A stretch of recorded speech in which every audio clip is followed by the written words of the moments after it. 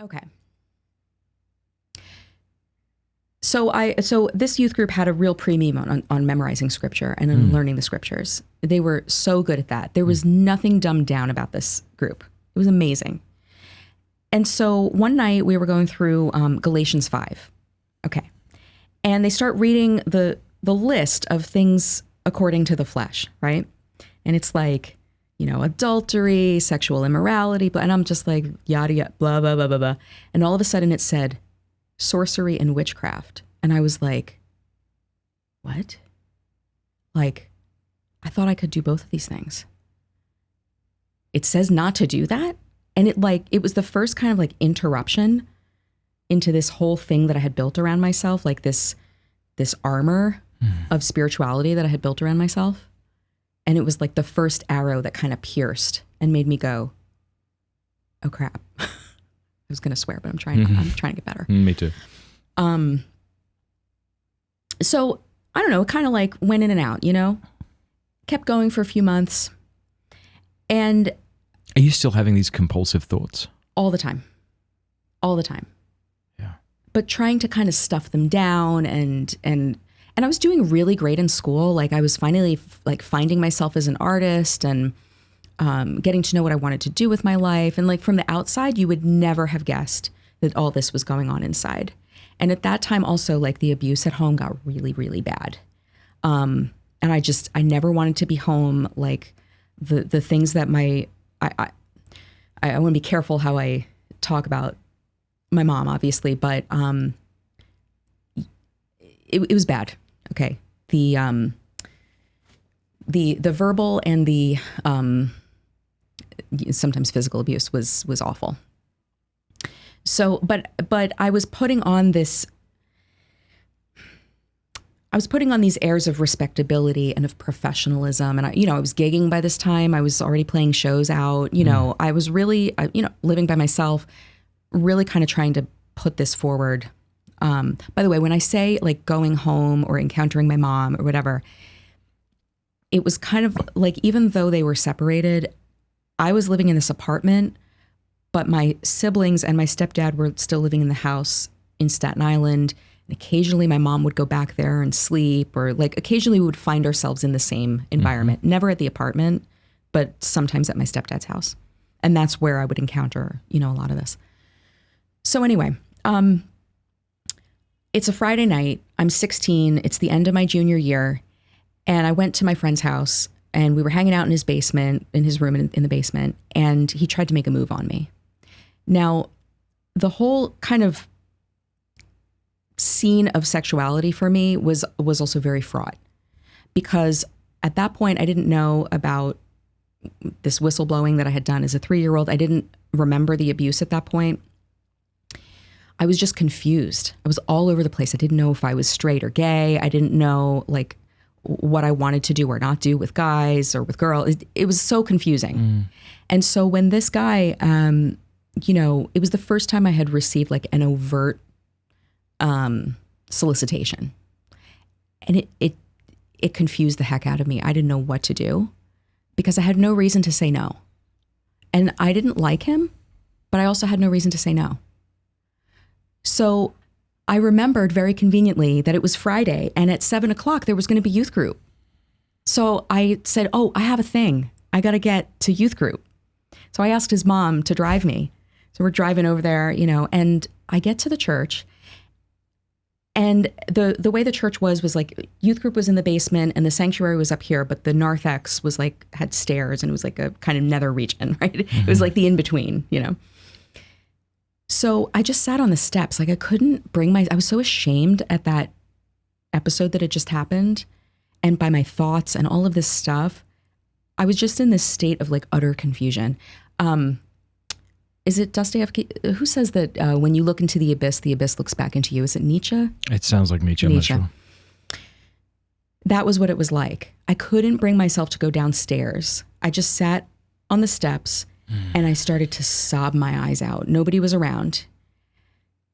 And I had this vision of the abyss, and I was looking straight into it. And it was like, on the outside, everything looked good.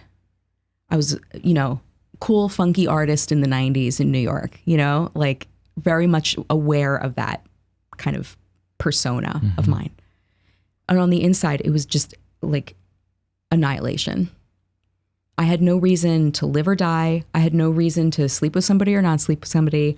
I had no reason, boys or girls, didn't matter. Like, I had no reason for anything in life. So I'm sitting there sobbing, looking over the abyss, and one of the youth leaders comes up and sees me, a mess. And he literally just sits down next to me, and he just stays with me. He doesn't say a word. We must have sat there for half an hour. I'm just bawling my eyes out. He's just letting me cry. And then finally he says, people are going to start coming up here in a minute. Do you want to go in the sanctuary? So we go in there. Again, he just lets me cry and cry and cry. And finally he said 4 words to me. Do you want Jesus?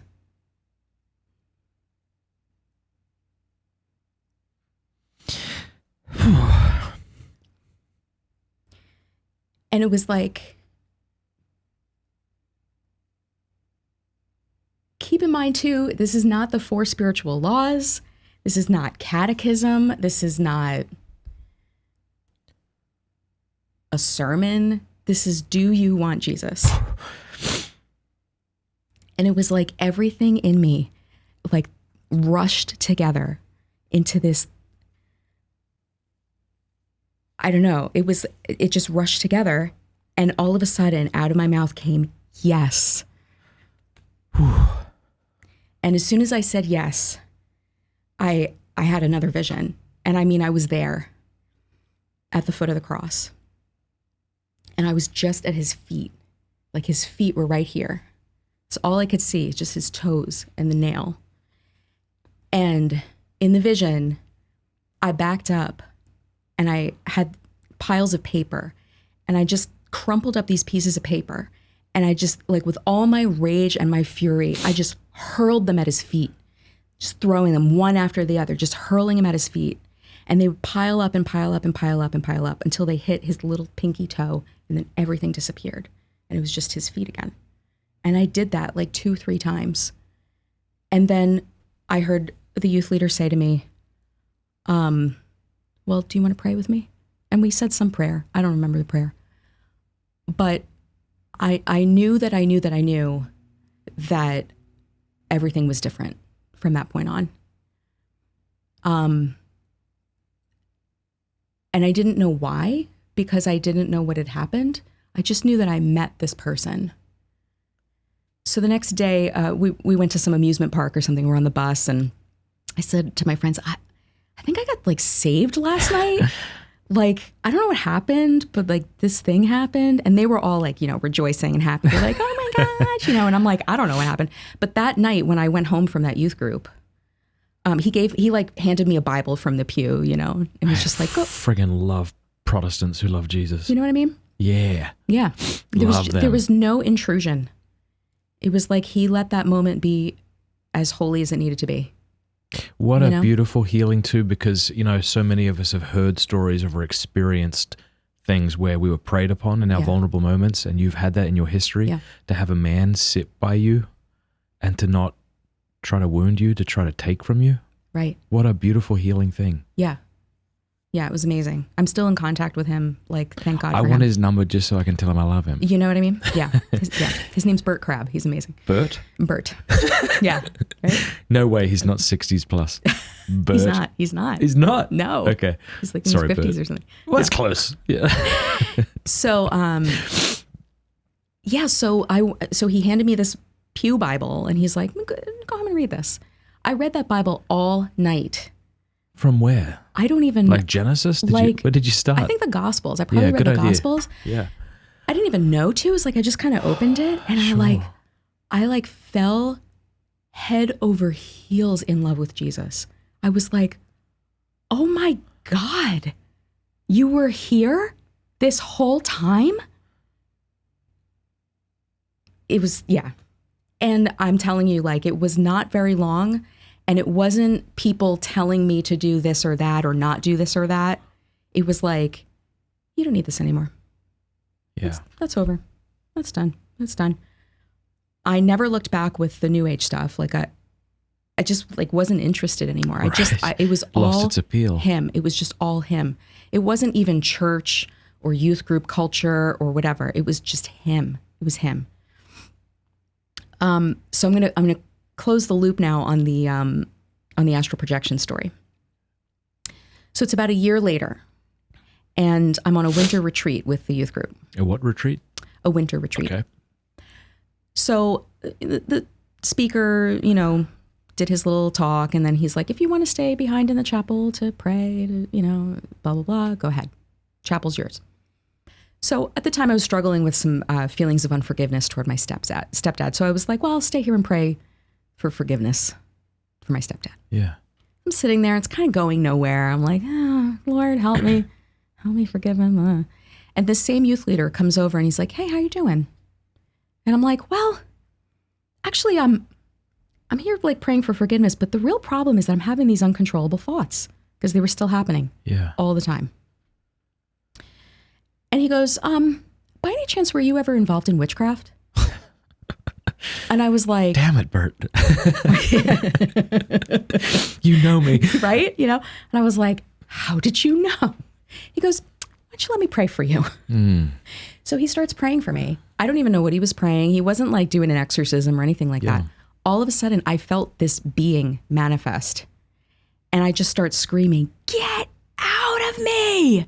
Get out of me! And I felt like I was going to vomit. It was horrendous. And, he was praying for me. I was telling it to get out. And then all of a sudden, whoosh, quiet. And the thoughts were gone. It was over. Wow. I was free. Totally free. Yeah. How did Bert react? I think he was happy. Go Bert.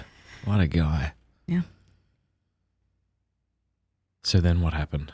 Oh my gosh. Well, even just that day, what happened? You just got up, left the church, and and I think, experienced just a like peace we went inside of your sledding head? or something. Yeah, it was like, never struggled with that again. It's been 30 years.